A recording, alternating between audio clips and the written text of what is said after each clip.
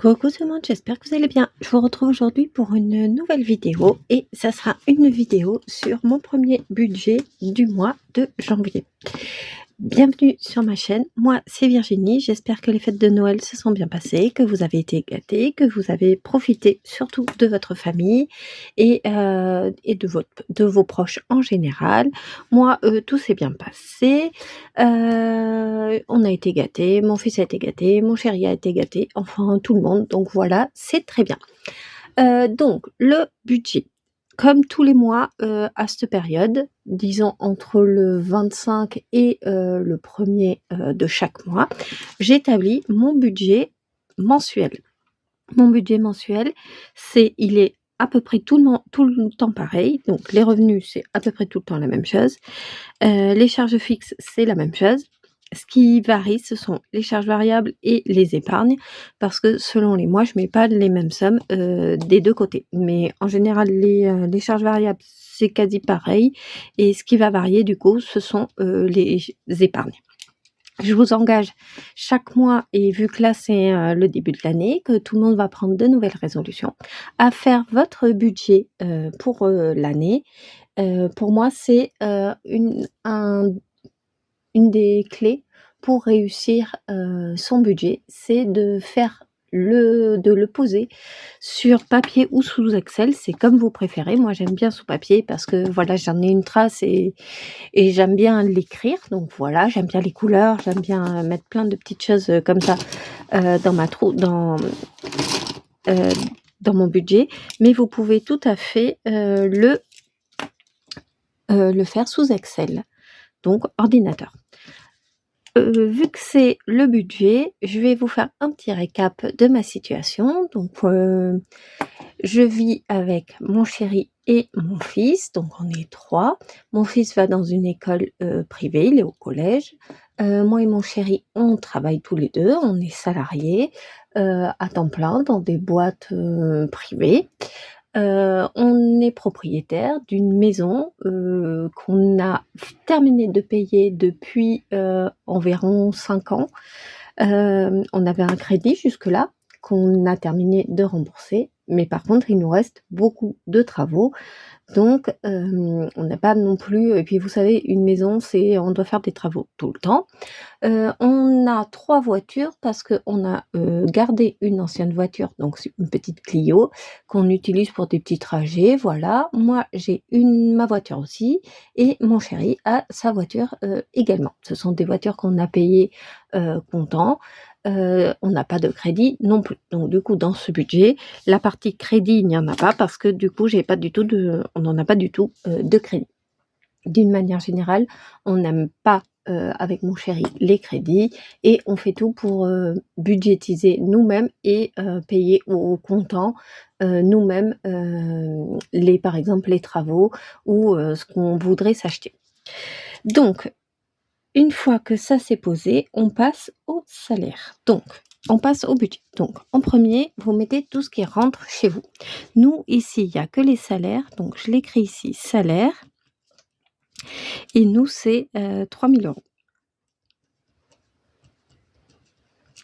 Donc, avec mon chéri, on fait budget commun. Il n'y a pas de toi, tu as ton argent, moi j'ai mon argent et chacun paye les parties. Non, on est ensemble. Du coup, on met notre argent en commun, on l'a validé ensemble.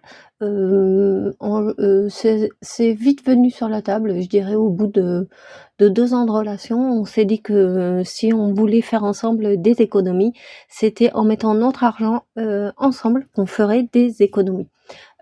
Si moi, à titre d'exemple, vu que je suis un vrai panier percé, si j'avais gardé mon argent depuis que je suis avec mon chéri, donc en disons une vingtaine d'années, j'aurais pas du tout le même patrimoine à aujourd'hui que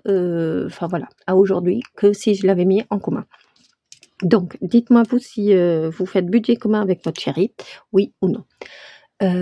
Par contre, on a donc un compte commun où nos deux salaires sont versés et là les charges fixes, les variables, les épargnes et du coup les revenus, c'est vraiment notre budget pour tous les 3. Il y a pas lui il paye quelque chose et moi je paye quelque chose.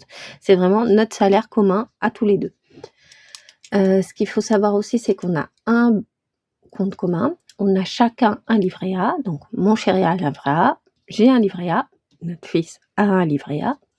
On a chacun un compte Boursorama où on y met notre argent de poche. Vous allez voir que dans les charges fixes, je mets de l'argent de poche. Donc ça, c'est de l'argent qu'on met sur le livret, sur notre compte Boursorama.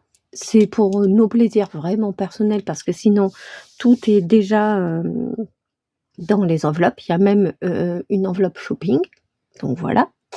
Nous, on trouve que c'est plus simple de faire budget commun parce que on se demande pas qui paye quoi ou qui paye ça ou ça. En fait, je trouve que c'est plus facile. En plus, avec un enfant, franchement, beaucoup plus simple.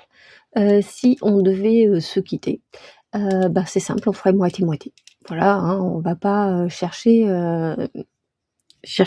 loin. On ferait moitié-moitié. Et comme ça serait très bien. Donc, ici, dans les revenus, vous mettez tout ce que vous percevez. Moi, ici, il n'y a que les salaires, parce que nous, on ne perçoit que les salaires en revenus. Mais si vous en avez d'autres, vous les mettez ici. Donc, ça peut être la CAF, ça peut être la pension alimentaire, ça peut être un autre salaire que vous toucheriez, enfin tout ce que vous avez en revenus qui rentrent sur votre compte, vous les additionnez ici. Donc pour moi, ça donne ici, c'est 3 000 €. 3 000 €, je dois ensuite, ce que je fais, ces 3 000 €, je les ventile entre mes charges fixes, mes charges variables et mes épargnes. À la fin, normalement, c'est ce qu'on appelle le budget zéro. De ces 3 000 € chaque euro, on va dire, a un objectif, une case. Et du coup, à la fin, le total ici, je ne sais pas si vous le voyez, il faut que je décale, mais le total ici, c'est 0. Moi, je ne suis pas exactement base 0. Je vous ferai voir ça un petit peu plus loin. Donc, on passe en premier avec les charges fixes. Les charges fixes, ce sont des charges qui sont sur le compte bancaire uniquement et qui sont prélevées sur notre compte bancaire. Donc, du coup, je ne vais pas aller les retirer de la banque en espèces. Non, ils restent sur le compte bancaire. Donc, il y a les frais de banque. Et ça, il y en a pour 20 €. Ensuite, il y a EDF et l'eau. Donc, EDF, on est à 90 € et l'eau, 30 €. Ça, ce sont des montants par mois. Donc, ce mois-ci. Ensuite, la mutuelle. Ça, c'est la mutuelle pour mon fils. Donc, avec mon chéri, on est dans 2 entreprises différentes. Moi, j'ai une mutuelle obligatoire. Mon chéri a une mutuelle obligatoire. Moi et mon chéri, du coup, on ne paye pas notre mutuelle. Notre mutuelle est payée à 100% par nos entreprises. On ne la paye pas. Par contre, mon fils était sur ma mutuelle. Et lui, je payais 40 € tous les mois. Il se trouve que là, mon fils va basculer à partir là, du 1er janvier, sur la mutuelle de mon chéri. Et lui, il est 100% pris en compte. Le premier enfant est pris en charge par l'entreprise de mon chéri. Donc du coup, ces 40 €, je les mets là parce que je pense qu'en janvier, je vais encore avoir un prélèvement, le temps que la bascule se fasse. Et j'aimerais bien recevoir aussi la carte, vous savez, la petite carte qu'on présente à la pharmacie. Donc dès que ça c'est fait et que notre fils apparaît bien sur la mutuelle de mon chéri, on aura plus ces 40 €. Ça, très très important. Je me suis dit que 40 € tous les mois, c'était une blinde. Je vais faire une économie de 480 € sur l'année. Franchement, c'est vraiment, vraiment pas négligeable. Et 40 €, c'était devenu très, très cher. Je sais que c'est des mutuelles, enfin voilà, c'est obligatoire et ça augmente tous les ans, on est d'accord. Par contre, franchement, les prix, en plus c'est une mutuelle où j'ai pas le choix en fait, ça m'est imposé. Donc, pour vous dire, l'autre fois je suis allée à la pharmacie, je savais même pas le nom qu'elle avait parce que c'est un nom hyper bizarre, je sais même pas ce que c'est. Donc voilà. Donc ça a été renégocié, ça le sera plus. D'ailleurs, en ce début d'année, et ça fera partie d'une prochaine vidéo que je vous tournerai, c'est penser à renégocier toutes vos charges fixes, en fait, elles peuvent être renégociées. Donc pensez à le faire. Vous voyez, là, je vais économiser au moins 480 €. J'ai aussi à faire la banque. Il faut que j'aille voir le banquier pour lui dire que 20 €, je trouve que c'est cher. Donc je voudrais qu'on renégocie. Donc là, bon, l'EDF 90 €, je pense que je peux pas être moins, sachant qu'on n'a pas de radiateur électrique dans la maison. L'eau 30 €, je trouve que c'est raisonnable, donc ça je le laisserai. Les téléphones 40 €, c'est mon forfait, celui de mon chéri et le forfait de mon fils. On pourrait être à moins, donc ça, à voir. D'ailleurs, mon chéri voulait faire le sien. Je vais mettre une petite croix. Les assurances, alors là, ça c'est notre plus gros poste des dépenses, c'est l'assurance de la maison, l'assurance tout risque et l'assurance de nos 3 voitures. Donc on a 200 €. Ça, c'est clairement notre plus gros budget, ici, les assurances. Ensuite, on a internet. Là, on est chez Orange et il y en a pour 50 €.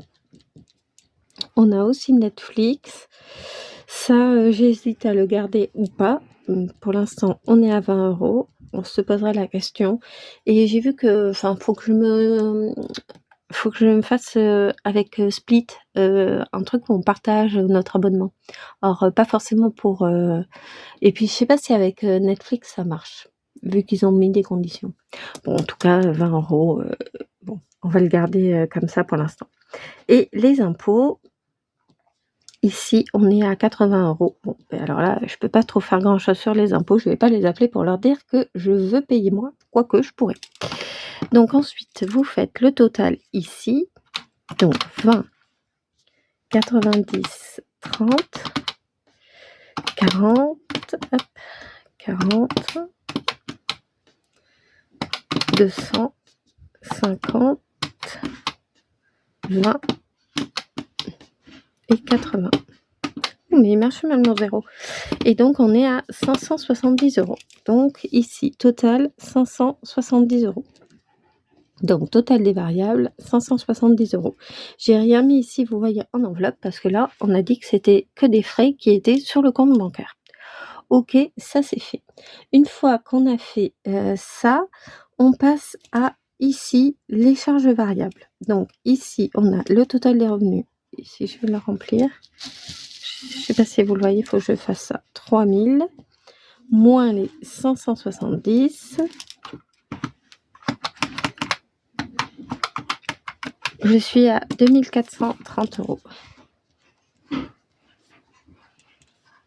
Je vais rajouter quand même les petits signes. Donc c'est 2430 €. Je vais les répartir entre ici mes charges variables et ici mes épargnes. On est parti. Donc je vais commencer ici par mes charges ici variables. Donc je les ai en 2 catégories. Ici mes enveloppes et ici ce qui passe encore sur ce que je vais laisser sur le compte. Donc l'école, ça c'est mon fils, 50 €. Ça c'est les frais de réinscription pour l'année prochaine. On nous a demandé de régler 50 € d'ici le 20 janvier. L'anniversaire, ça c'est l'anniversaire de mon neveu, donc j'ajoute 30 €. On a le contrôle technique de la voiture qu'on doit passer avant le 15 janvier, 80 €. Et ça c'est là, j'ai mis ça «argent de poche» entre guillemets, donc c'est 50 € pour mon chéri, 50 € pour moi, donc ça fait 100 €.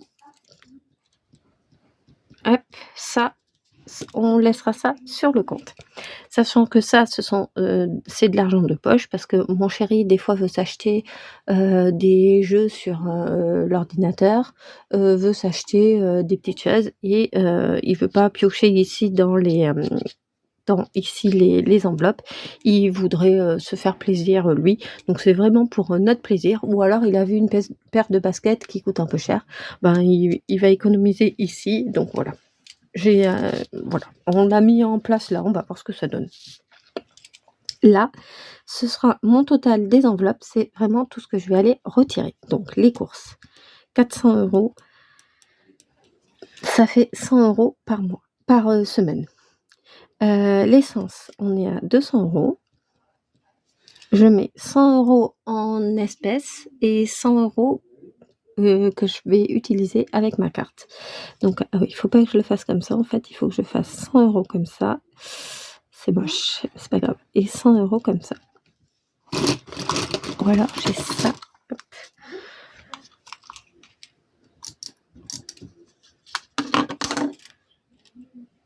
Hop là, 100 €.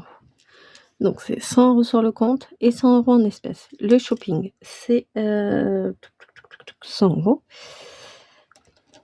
Le restaurant, j'y mets également 100 €. Le marché, quand on va aller au marché le dimanche matin, souvent 40 €. La boulangerie, 40 € pour acheter notamment la galette des rois. Le loto, je vais mettre 50 €.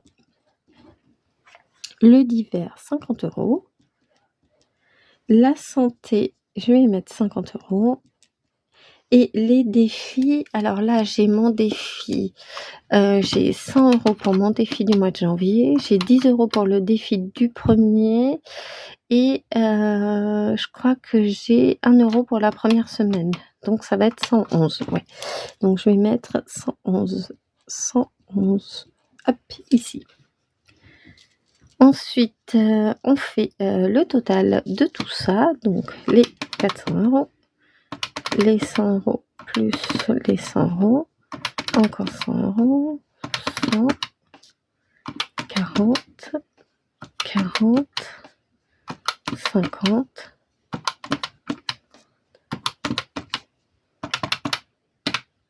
plus 50, 30, hop là, 80 et 100. 1 401 €. Hop, 1 401 €. Donc ici, total des revenus 3 000. Les charges fixes, on a dit 570 €. Les épargnes, je les ai pas encore faites. Le variable, on est à 1 401. Donc j'étais à 2 430 moins, hop là, 1 401 et donc il me reste 1 029 € à répartir dans les épargnes. Franchement, c'est top. Alors, oups, là, voilà les épargnes. Donc les épargnes, on a le fonds d'urgence, ça c'est obligatoire, c'est un de mes objectifs de toute façon, donc c'est 100 €. Donc ça, 100 €, donc il reste 929 €. Ensuite, il y a les livrets A. Ça, c'est la même chose et on va faire 100 pour mon chéri et 100 pour moi, donc 100 et 100, 729, donc ça fait 200. Ensuite, on voudrait aller au ski d'ici le mois de février. Donc ici, je vais mettre 300 €.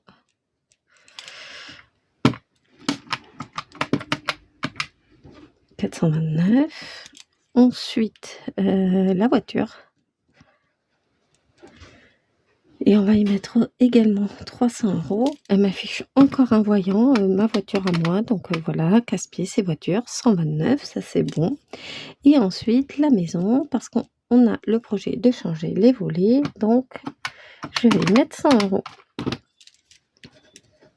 Donc, 3, 3, 6, 7, 8, 9, 10. Ici, on a mis 1 000 € dans les épargnes qu'on vient reporter à ce niveau-là.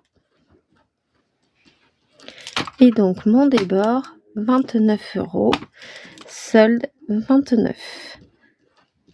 Ça, c'est ce qui va me rester sur le compte parce que du coup, on n'est pas en méthode 0. Si j'étais en budget base 0, les 29 € ici, il faudrait que je les mette soit ici dans les épargnes, soit ici dans les variables. Puisque ça, les fixes, je peux pas les bouger, c'est trop tard, c'est des prélèvements qui vont passer. Et du coup, ici, l'idée, c'est que je sois à 0. Là, je me laisse 29 €, comme ça, je sais que j'ai un débord, on va appeler ça, de 29 €. Ici, j'ai espèces à retirer ce mois-ci. Donc, combien je dois retirer en espèces? C'est ma colonne ici, c'est 400, 100, 100, 100, 40, 40, 100, 50 et 111. Je dois retirer 1041 € ce mois-ci. 1041 €. Donc du coup, vous vous doutez bien que je le retire pas en une seule fois, mais en tout cas, je sais combien je dois retirer. Je vais retirer, donc dès que j'ai ma paye, je pense que je vais retirer 500 €. Ensuite, je vais retirer 800 € vers le 15, 8, 9, 10 et ensuite je retire le 20, les 200 € pour me faire ma dernière semaine. Même si je raisonne plus au mois pour mes courses parce que j'ai pas envie je me dis 400 € c'est pour le mois, donc du coup ça fait 100 € par semaine. Mais si un mois j'ai envie d'utiliser 120 et le mois d'après j'ai envie d'utiliser 80, bah je me mets pas de limite en fait, je fais comme j'ai envie. Et si j'ai envie d'utiliser 200 € une semaine et que la semaine d'après j'ai pas envie d'aller faire les courses, ben OK, c'est OK avec moi. Donc du coup j'ai pas envie de m'imposer des choses. Par contre je retire pas 1040 € en une seule fois. Eh ben écoutez, pour moi, c'est terminé. J'espère que mon budget était clair, que vous avez bien suivi et que vous avez bien, compris. Il me tarde trop de faire mon budget, et de commencer mes nouveaux défis. Vous voyez, ils sont prêts, les enveloppes sont prêtes, tout a été vidé, mes sous ont été mis, à la banque.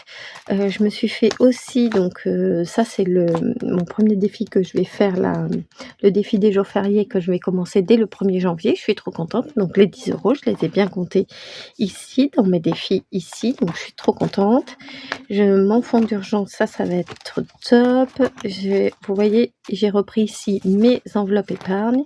J'ai refait un petit peu les enveloppes, alors à ma manière, hein, et j'ai pas non plus la Cricut et j'ai que j'ai pas, enfin voilà, j'ai des stickers ici, mais qui sont tout faits. Donc voilà, tout est prêt. Toutes mes enveloppes sont à 0 ou ont été vidées. Elles attendent d'être remplies. J'espère que vous aussi, vous l'avez fait de votre côté. N'hésitez pas à commenter, liker, vous abonner. S'il y a des petites choses qui vous paraissent bizarres ou si des fois je me suis trompée dans les chiffres, ça peut arriver. N'hésitez pas à me le signaler. Je vous fais des gros bisous. Je vous dis à très très vite.